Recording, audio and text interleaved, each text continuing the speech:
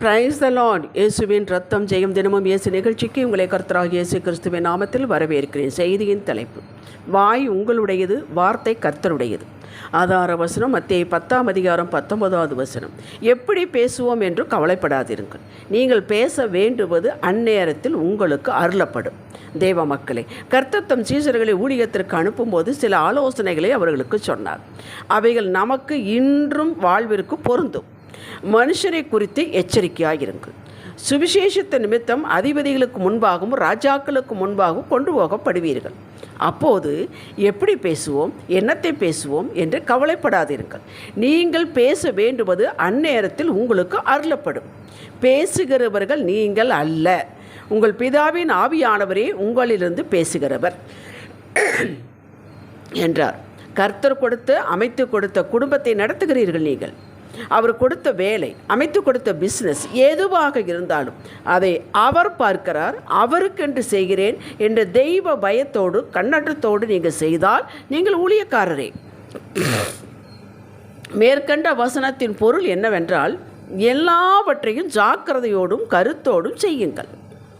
இதன் பின்விளைவு எப்படியோ என்று பயப்பட வேண்டாம். தினமும் ஜெபித்து ஒவ்வொரு காரியங்களையும் செய்யுங்கள். தைரியமாக செய்யுங்கள். கர்த்தர் உங்களோடு இருக்கிறார் என்ற எண்ணம் ஸ்திரமாகட்டும்.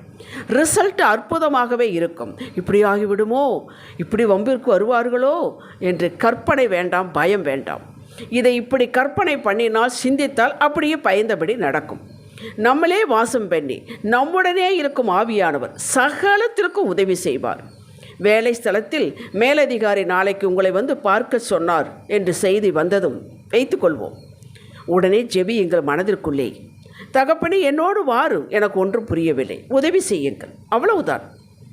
ஆவியானவர் உங்களுடனே இருந்து அந்த நேரத்தில் அங்கிருக்கிற சூழ்நிலையை தன் வசமாக்கி கொள்வார். அவர் நாவில் வார்த்தையை வைப்பார், உங்கள் வாயிலும் பதிலை வைப்பார். என்னென்ன பிளான் முன்கூட்டியே அவர்கள் போட்டிருந்தாலும் உங்களுக்கு சாதகமாக மாற்றி விடுவார். நாவின் பிரதியுத்தரம் கர்த்தரால் வரும். ஒரு சாட்சி ஏற்கனவே நான் சொல்லி இருக்கிறேன், இருந்தாலும் மறுபடியும் சொல்லுகிறேன். இது இந்த இடத்திற்கு பொருத்தமான ஒரு சாட்சி. ஒரு சகோதரி என்னிடம் சொன்னது, அவருடைய கணவர் இறந்து விட்டார். அவர் நிறைய இடத்துல கடன் வாங்கியிருக்கிறார். அதில் ஒரு குரூப் வந்து அந்த பாண்டு இருக்கும் இல்லைங்களா, பத்திரம், அதை காட்டி உங்கள் கணவர் இப்படி வாங்கி இருக்கிறார், நீங்கள் எங்களுக்கு கொடுக்க வேண்டும் என்று சொல்லி மிரட்டி இருக்கிறார்கள். இவர்கள் எனக்கு தெரியாது, அவர் எப்போ வாங்கினார், எதுக்கு வாங்கினார் எனக்கு தெரியாது என்று சொல்லியிருக்கிறார். இங்கே பாருங்கள், கையெழுத்து உங்கள் கணவருடைய கையெழுத்தான் என்று காட்டிவிட்டு போய்விட்டார். பின் போலீஸ் அதிகாரிகளுக்கு பணத்தை கொடுத்து, இவர்களுக்கு நிறைய சொத்து இருக்கிறது, விற்று கொடுக்கட்டும் என்று சொல்லி நீங்கள் கூப்பிட்டு மிரட்டுங்கள், இங்கேயே போலீஸ் ஸ்டேஷன்லேயே எல்லாம் முடித்து கொள்ளலாம் என்று இவர்கள் ஏற்பாடு பண்ணிவிட்டார்கள். போலீஸ் ஸ்டேஷனிலிருந்து இவர்களுக்கு நீங்கள் வந்து சந்திக்க வேண்டும் என்று சொல்லி அனுப்பியிருக்கிறார். இவர் பயந்து விட்டார், இதுவரை இப்படி போனதில்லை. அழுகிறார்கள். ஆண்டவருடன் கேட்டார், தகப்பனே, எந்த இடத்துக்கு போனாலும் அது நீர் கொடுப்பீர், நீர் எங்களோடவே இருப்பீர் என்றால் உண்மை நான் மனதுக்குள்ளேயே மகிமைப்படுத்தி கொண்டே இருப்பேன். அந்த இடம் தேவாலயம்தான், போலீஸ் ஸ்டேஷன் தேவாலயம்தான், நீர் என்னோடு வாரும் என்று சொல்லி புறப்பட்டு வக்கீலுக்கு படித்து கொண்டிருக்க ஒரு ஸ்டூடெண்ட், லா காலேஜ் ஸ்டூடெண்ட் ஒருவனை அந்த நேரத்தில் வந்திருக்கிறான், கூட கொட்டி கொண்டு போயிருக்கிறார். அங்கே போனது இவர்களெல்லாம் ஒரு குரூப் நிற்கிறார்கள். இவர்களை பார்த்ததும் அந்த இடம், அந்த சகோதரி சொன்னது, அந்த இடம் எனக்கு தேவாலயமாகவே இருந்தது என்று. அந்த போலீஸ் அதிகாரி இவர்களை உட்கார வைத்து அந்த பணம் கொடுத்தவர்களை நிற்க வைத்து பேச வைத்திருக்கிறார். பேச வைத்து விட்டு, இது உங்கள் கணவர் வாங்கியிருக்கிறார், இங்கே பாருங்கள். ஆமாம், அவருடைய கையெழுத்தான், ஆனால் எனக்கு தெரியாது, எப்போ வாங்கினார், எதுக்கு வாங்கினார், எனக்கு ஒன்றுமே எனக்கு தெரியாது என்று சொல்லி அந்த லாஸ்ட் ஸ்டூடெண்ட் கூட போனவன், சார் அந்த பாண்டியன் கையில் கொடுங்கன்னு கேட்டிருக்கார். கொடுத்துருக்கிறார். வாங்கி பார்த்தவன் அதில் இருக்கக்கூடிய ஆண்டவர் ஒரு வெளிச்சத்தை காட்டியிருக்கார், அதில் ஒரு தவறை காட்டியிருக்கிறார். அதை காட்டி போலீஸ் அதிகாரிடம், இவர்கள் ஏன் இதில் கையெழுத்து போட்டு கொண்டார்கள், இதை பாருங்கள் என்று காட்டியிருக்கார். அந்த போலீஸ் அதிகாரி, இதுக்கு தாங்க அந்த லா படித்தவங்ககிட்டவே கொடுக்கக்கூடாதுங்கிறது, ஒன்று பேசவே முடியவில்லை, அது தவறு என்று ப்ரூஃப் ஆகிவிட்டது. உடனே போலீஸ் அதிகாரி யார் பணம் கொடுத்து இவர்களை கூலிக்கு பொருத்தி கொண்டார்கள் அவர்களையே பார்த்து, இனி இவர்களை நீங்கள் ஒன்று செய்யக்கூடாது, ஏதாவது தொந்தரவு பண்ணினால் பிடிச்சி உள்ளே போட்டு விடுவேன் என்று மிரட்டி அனுப்பிவிட்டு இவர்களை அனுப்பிவிட்டார்கள். கேட்டீர்களா? அந்த நேரத்தில் நமக்கு ஆண்டவர் செய்வார். ஓட்டையை காட்டுவார், ஓட்டையும் அடைப்பார். எல்லாவற்றையும் முன்கூட்டியே சொல்ல மாட்டார். மொத்த ப்ளூ பிரிண்ட்டு நமக்கு அவர் கொடுப்பது இல்லை. அப்போஸ்தலர் 22 அதிகாரம் 24 28 வரை வாசித்து பாரு. ஒரு பவுலின் மேல் பொறாமை கொண்டு யூதர்களே கேஸ் கொடுத்து அப்போல்லாம் ரோம அதிகாரிகள் தான் ஆட்சி செய்து கொண்டிருக்கிறார்கள். இவனை பெரிய கேஸாக பிடித்து அடியுங்கள் என்று பவுலை சவுக்கால் அடித்து வாரினால் கட்டும்படி உத்தரவு போட்டான் சேனாபதி. அப்போது பவுல், ரோமனும் நியாயம் விசாரிக்கப்படாத குணமாக மனுஷனை அடிக்கிறது உங்களுக்கு நியாயமா என்று கேட்டான்.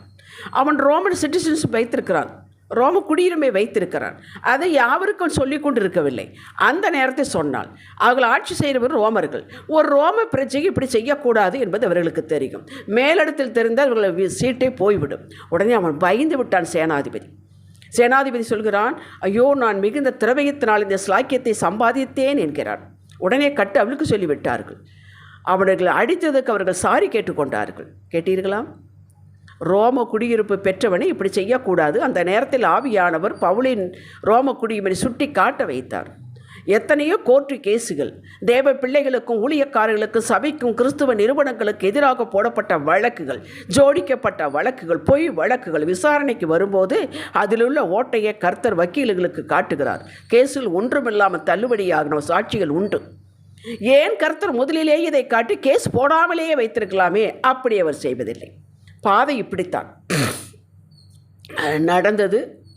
நடந்து ரிசல்ட்டு கொடுக்கும்போது பிசாசு வெட்கப்பட வேண்டும்.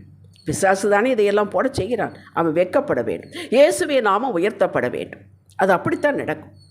தேவன் செய்ய நினைத்தது தடைபடாது என்பது உலகம் அறிய வேண்டும். அதற்காகத்தான் இப்படி நடக்கிறது.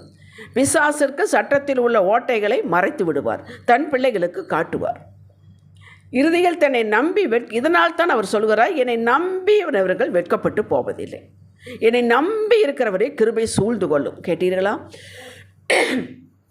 1 சாமுவேல் 21 அதிகாரத்தில் சவுலுக்கு தப்பி ஓடி தாவீது காத்தின் ராஜாவாகி ஆகீசிடத்தில் போனார். பெலிஸ்தீர் தேசம். கரடிக்கு பயந்து சிங்கத்துக்கு மாட்டிக்கொண்ட கதை தான். இங்கே இவனுக்கு பயந்து அங்கே போய்விட்டான்.